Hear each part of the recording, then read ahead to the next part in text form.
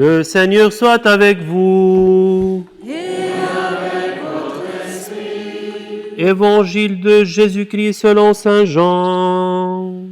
Gloire à toi, Seigneur.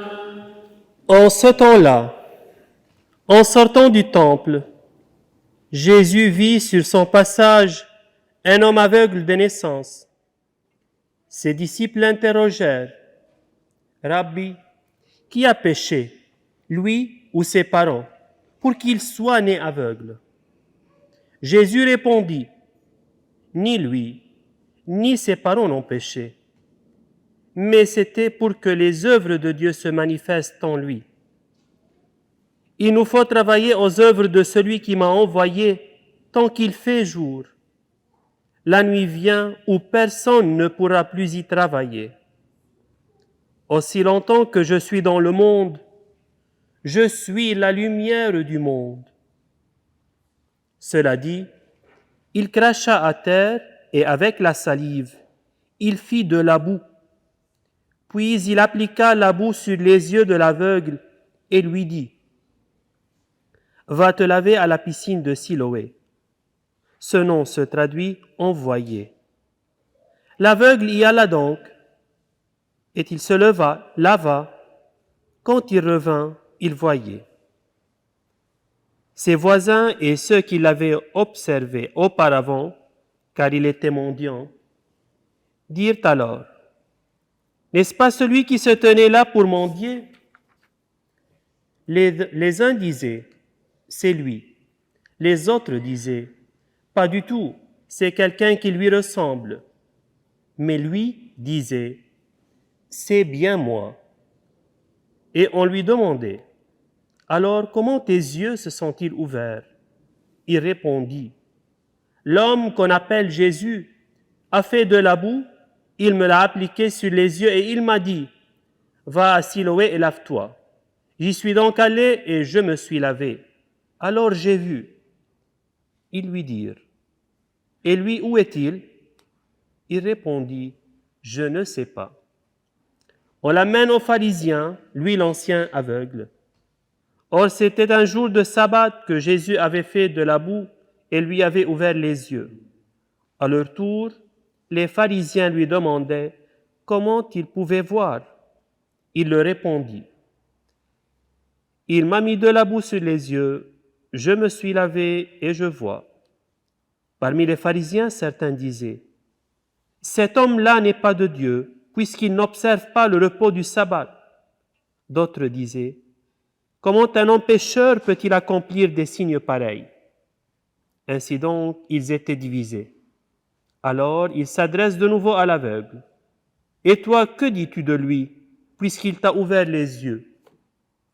Il dit, « C'est un prophète. » Or, les Juifs ne voulaient pas croire que cet homme avait été aveugle et que maintenant il pouvait voir. C'est pourquoi ils convoquèrent ses parents et leur demandèrent, « Cet homme est bien votre fils et vous dites qu'il est né aveugle ? Comment se fait-il qu'à présent il voit ?» Les parents répondirent, « Nous savons bien que c'est notre fils et qu'il est né aveugle. Mais comment peut-il voir maintenant? Nous ne le savons pas. Et qui lui a ouvert les yeux? Nous ne le savons pas non plus. Interrogez-le. Il est assez grand pour s'expliquer. » Ses parents parlaient ainsi parce qu'ils avaient peur des Juifs. En effet, ceux-ci s'étaient déjà mis d'accord pour exclure de leurs assemblées tous ceux qui déclareraient publiquement que Jésus est le Christ. Voilà pourquoi les parents avaient dit, « Il est assez grand, interrogez-le. » Pour la seconde fois, les pharisiens convoquèrent l'homme qui avait été aveugle et lui dirent, « Rends gloire à Dieu.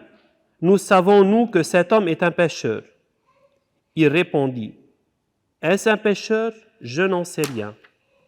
Mais il y a une chose que je sais, j'étais aveugle et à présent je vois. » Ils lui dirent alors, « Comment a-t-il fait pour t'ouvrir les yeux ?» Il leur répondit, « Je vous l'ai déjà dit, et vous n'avez pas écouté. Pourquoi voulez-vous m'entendre encore une fois ? Serait-ce que vous voulez vous aussi devenir ses disciples? » Ils se mirent à l'injurier. « C'est toi qui es son disciple, nous, c'est de Moïse que nous sommes les disciples. Nous savons que Dieu a parlé à Moïse, mais celui-là, nous ne savons pas d'où il est. » L'homme leur répondit, « Voilà bien ce qui était en homme. Vous ne savez pas d'où il est, et pourtant, il m'a ouvert les yeux. Dieu, nous le savons, n'exauce pas les pécheurs, mais si quelqu'un l'honore et fait sa volonté, il l'exauce. Jamais encore on n'avait entendu dire que quelqu'un ait ouvert les yeux à un aveugle de naissance. Si lui n'était pas de Dieu, il ne pourrait rien faire. » Ils répliquèrent, « Tu es tout entier dans le péché depuis ta naissance, et tu nous fais la leçon. » Et ils le jetèrent dehors. Jésus apprit qu'il l'avait jeté dehors. Il le retrouva et lui dit, « Crois-tu au Fils de l'homme » Il répondit, « Et qui est-il, Seigneur, pour que je croie en lui » Jésus lui dit, « Tu le vois, et c'est lui qui te parle. » Il dit, « Je crois, Seigneur. » Et il se prosterna devant lui. Jésus dit alors, « Je suis venu en ce monde pour rendre un jugement, que ceux qui ne voient pas puissent voir, et que ceux qui voient deviennent aveugles. » Parmi les pharisiens, ceux qui étaient avec lui entendirent ces paroles et lui dirent, « Serions-nous aveugles, nous aussi ?» Jésus leur répondit, « Si vous étiez aveugles, vous n'auriez pas de péché, mais du moment que vous dites, « Nous voyons », votre péché demeure. » Acclamons la parole de Dieu.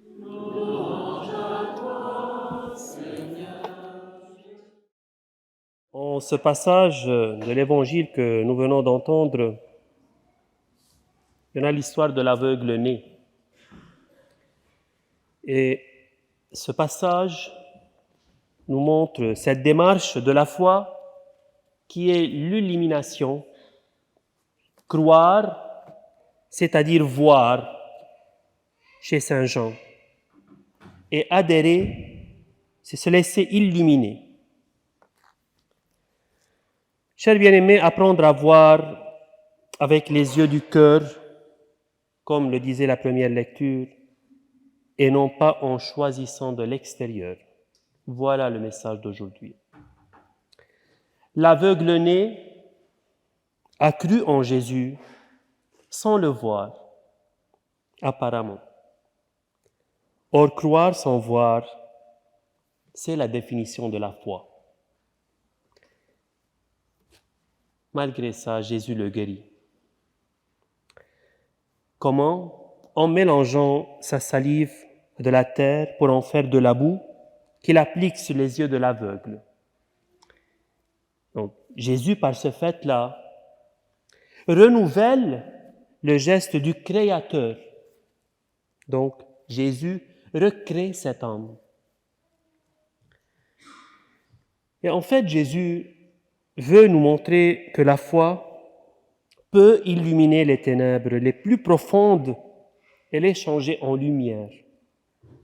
C'est ce qui se passe pour cet aveugle. Il a cru et il a vu. Et cela a engendré en lui une grande joie. Par contre, les pharisiens, qui doutaient de Jésus, qui eux voyaient avec leurs yeux, n'ont pas cru et sont restés sur leur colère et leur haine de Jésus. Ils ne croyaient pas et ne pouvaient donc pas recevoir sa lumière. Mais avant ça, Jésus a d'abord vu cet aveugle de naissance.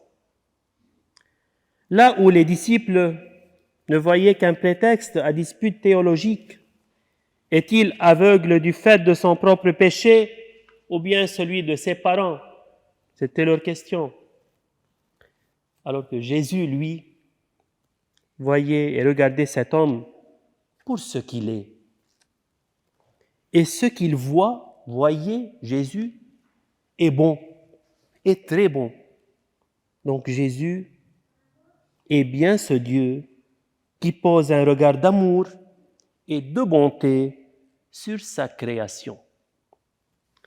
Chers bien-aimés, Jésus voit ce que chacun d'entre nous a dans le fond de son cœur. Nos bons désirs, mais nos penchants mauvais.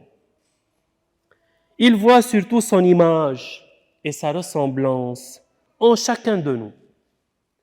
Et lorsque cette image est abîmée et cette ressemblance est détruite, Jésus vient et revient pour la restaurer. Et c'est ce qu'on appelle la grâce. Par quoi Jésus nous donne de lui ressembler de plus en plus.